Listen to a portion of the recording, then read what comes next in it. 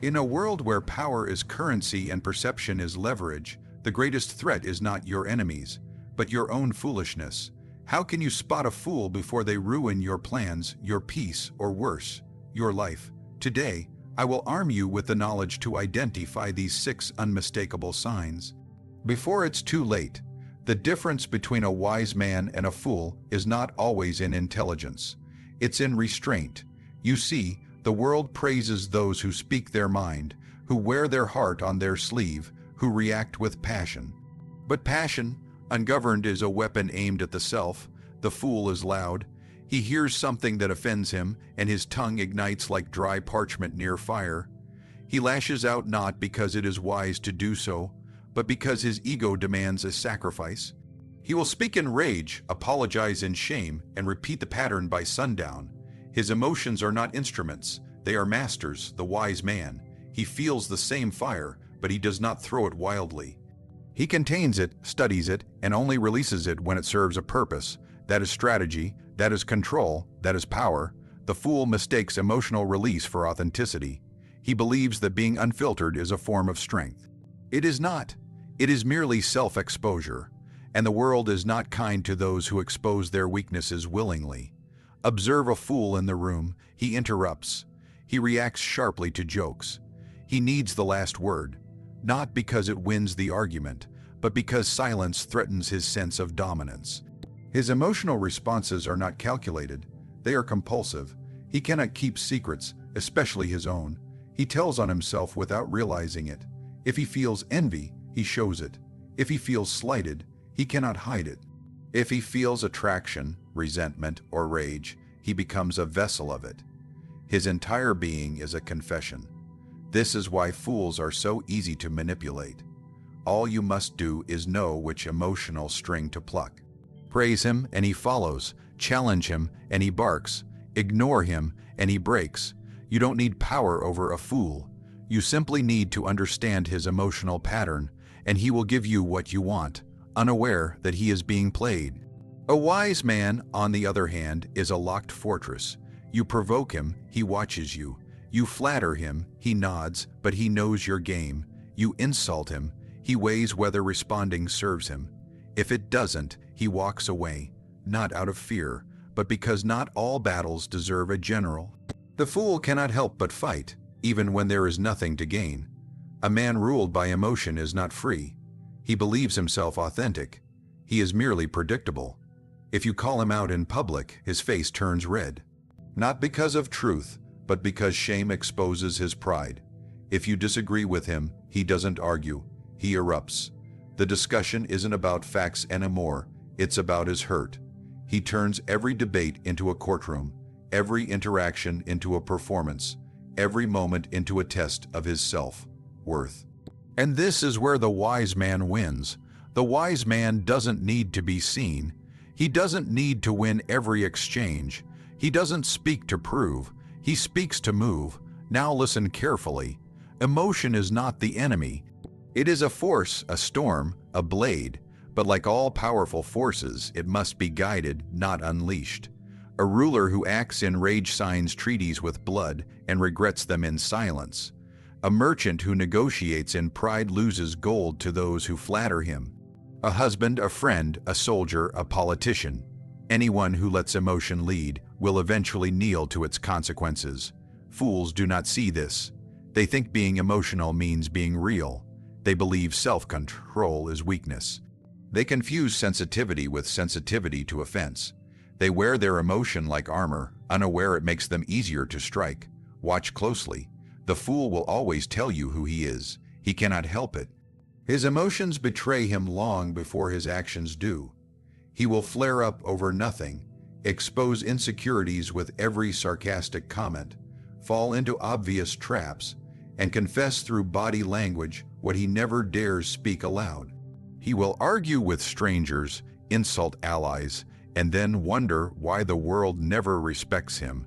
And he will say things like, "At least I'm honest. I just say it like it is. I can't help how I feel." These are not signs of virtue. They are signs of surrender. The wise know that emotion is best used not when it feels right, but when it works. And until a man learns that difference, he will remain a pawn in the game, believing himself a king. There is no man more dangerous than the one who cannot handle truth, especially when it is about himself.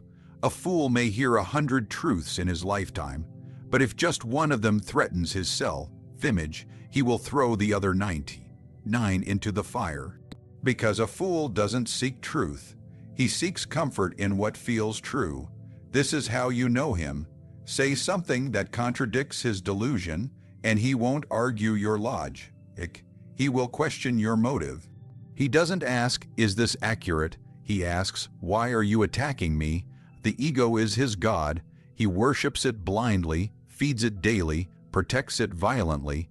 He constructs a fragile palace made of compliments, shallow affirmations, and curated stories of himself.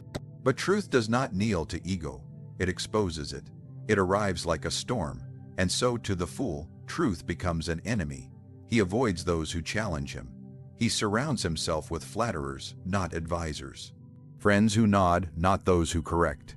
He interprets disagreement as disrespect, criticism as betrayal, and reality as a personal offense. When confronted with truth, the wise man asks, "Is this useful?" The fool asks, "How dare you?" It is not that the fool cannot understand truth. It's that he is unwilling to face what it demands of him. Truth is uncomfortable. It calls for change. It breaks illusions.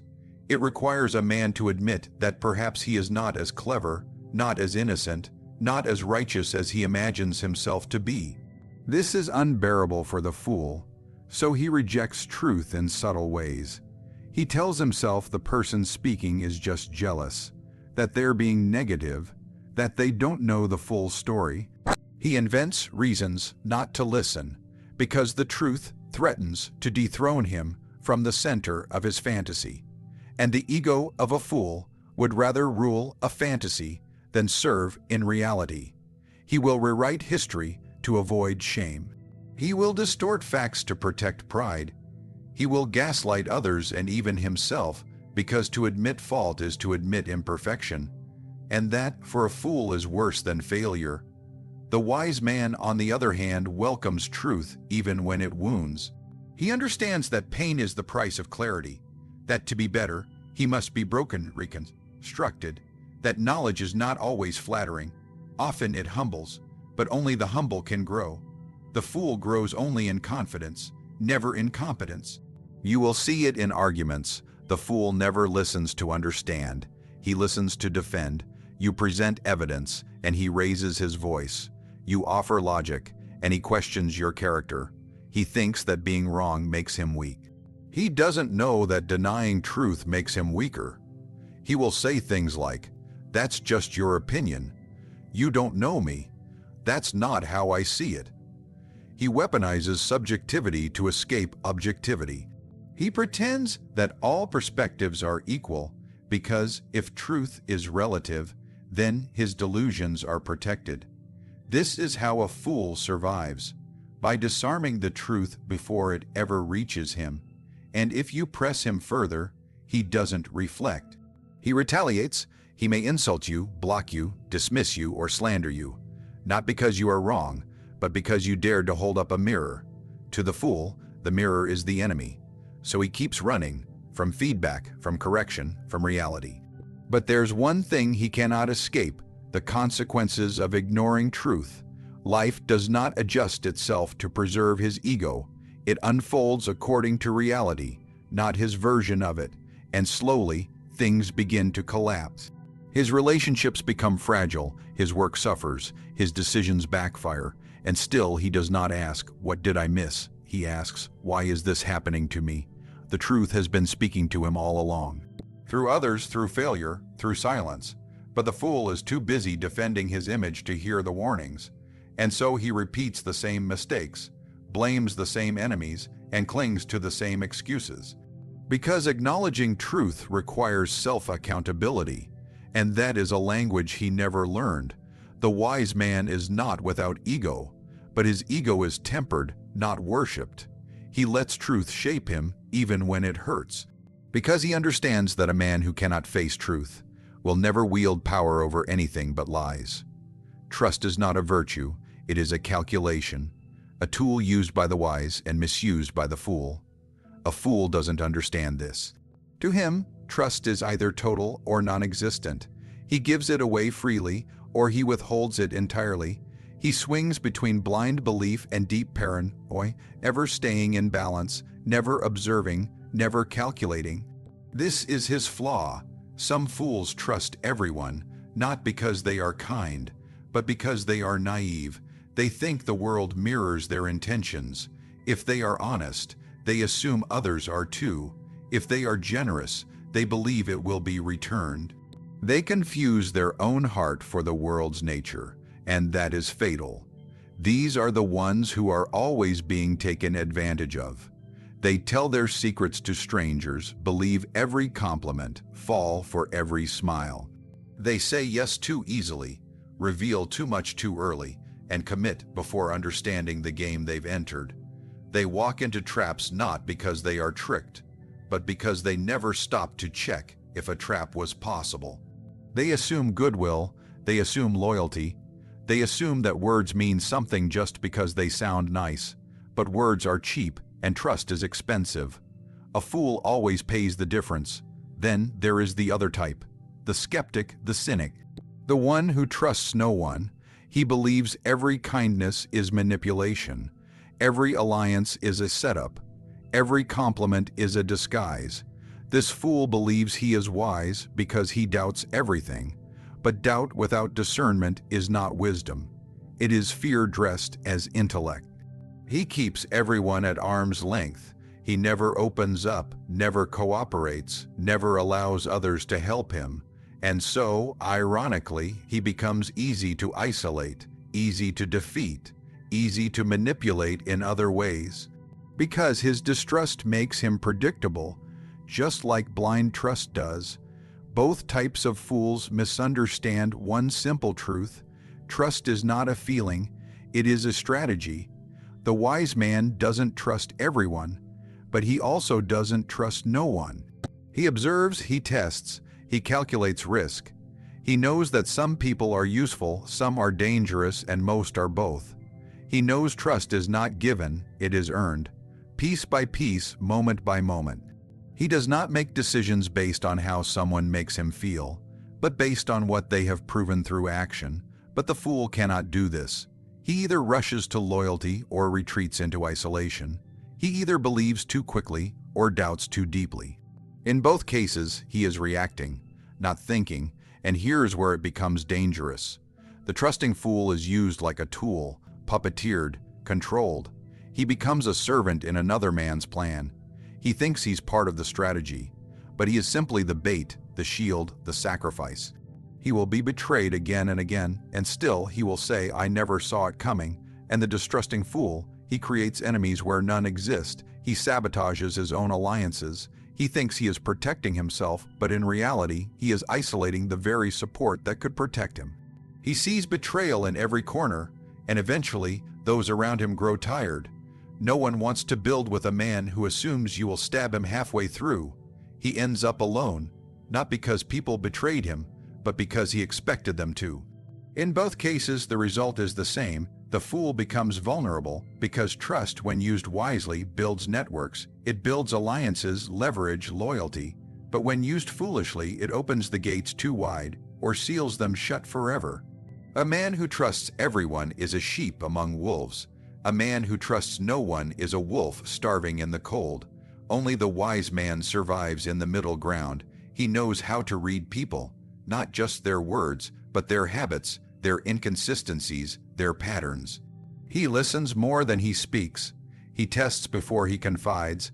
He uses information as both sword and shield. But the fool, always eager or always afraid, skips the testing phase. He believes too soon or suspects too much. And either way, he loses the game before it even begins. A fool in politics will trust the wrong advisor. A fool in love will open his chest before knowing who holds the knife. A fool in business will either sign the wrong deal or refuse the right one out of fear. And in every case, he'll say, "How could I have known?" But the truth is, he could have known. if he had understood that trust is not a moral choice, it is a strategic one. A fool believes his voice is his strength. So he uses it, endlessly, loudly, publicly. He thinks the more he speaks, the more he proves his intelligence. But words do not signal wisdom, restraint does. The fool cannot bear silence. Silence makes him feel irrelevant, unnoticed, powerless. So he fills every pause with noise, every gap with opinion, every breath with ego. He doesn't speak to understand the world. He speaks to remind the world that he exists. And yet, in that endless noise, he reveals everything. His ignorance, his fears, his insecurities, his desperation to be taken seriously. Every word a leak in his armor. You can learn everything you need to know about a fool just by listening. You don't need to interrogate him. You don't even need to provoke him. Just give him space, and he will reveal himself. He will tell you what he fears, who he envies, what he lacks, who he wants to impress. He'll tell you his weaknesses, his mistakes, his intentions, all disguised as conversation. Because the fool does not observe, he broadcasts, and this makes him easy to read, easy to manipulate, and easier still to defeat. In the company of others, the fool dominates the room, not through presence, but through volume. He interrupts, he exaggerates, he corrects others not for accuracy, but for dominance. He believes he must always be the one talking. If he's not speaking, he assumes he's losing. If he's not heard, he assumes he's irrelevant. But here is the truth. The most powerful man in the room is never the loudest. He is the one who watches, listens. Studies, observation is the root of control. If you cannot read a man, you cannot use him. If you cannot read a room, you cannot sway it. If you cannot read a moment, you will miss the opportunity to strike. Or worse, you will speak when silence would have conquered. The fool, too eager to be known, forgets to understand the environment he's in. He does not notice shifting eyes, tightened jaws, changed tones. He does not read between words or beneath them. He does not catch the mask slipping off someone's face. Because he's too busy rehearsing his next line, crafting his next story, feeding his own echo. He treats every interaction like a stage, but power is not won on stage. It is won in the shadows, by the one who sees what others miss. The wise man speaks little, but sees much. He listens not only to words, but to silences. He reads intention, not just tone. He notices what isn't said, and what is said too often. He lets others expose themselves while he remains concealed. The fool cannot do this, because the fool thinks that not speaking is weakness. He doesn't realize that silence builds mystery, that mystery builds power, that power lies in being unreadable. He wants to be understood. The wise man prefers to be misunderstood. Until it benefits him to clarify, the fool needs validation. The wise man watches who validates whom. The fool needs agreement. The wise man watches who agrees too quickly. In any negotiation, the first to speak is often the first to lose. In any conflict, the one who reveals his strategy first has already been disarmed, and yet the fool speaks anyway. He thinks by speaking more, he gains ground. But he forgets that words once released cannot be recalled. He burns bridges not with actions, but with careless remarks. He offends allies, weakens his own positions, and inflames enemies, because he cannot shut his mouth long enough to study the board he's playing on. He turns every conversation into a confession, every disagreement into a spectacle. He wants to impress, and so he exposes. He wants to dominate, and so he reveals. You see, the man who watches before he speaks is never caught off guard. He lets others show their hands while keeping his close to his chest.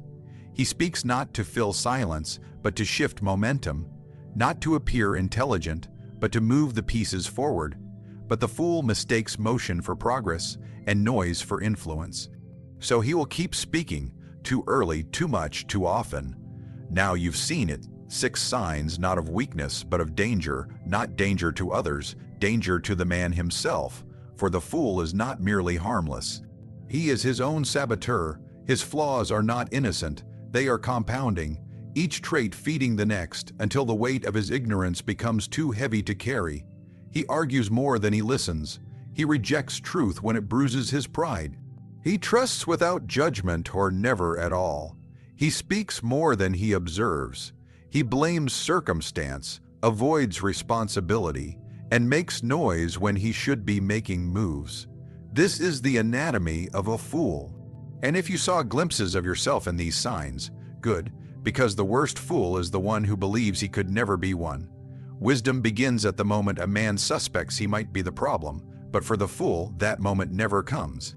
He lives in denial, dies in delusion. So choose. You can continue walking blind through a world built on deception, pride, and performance.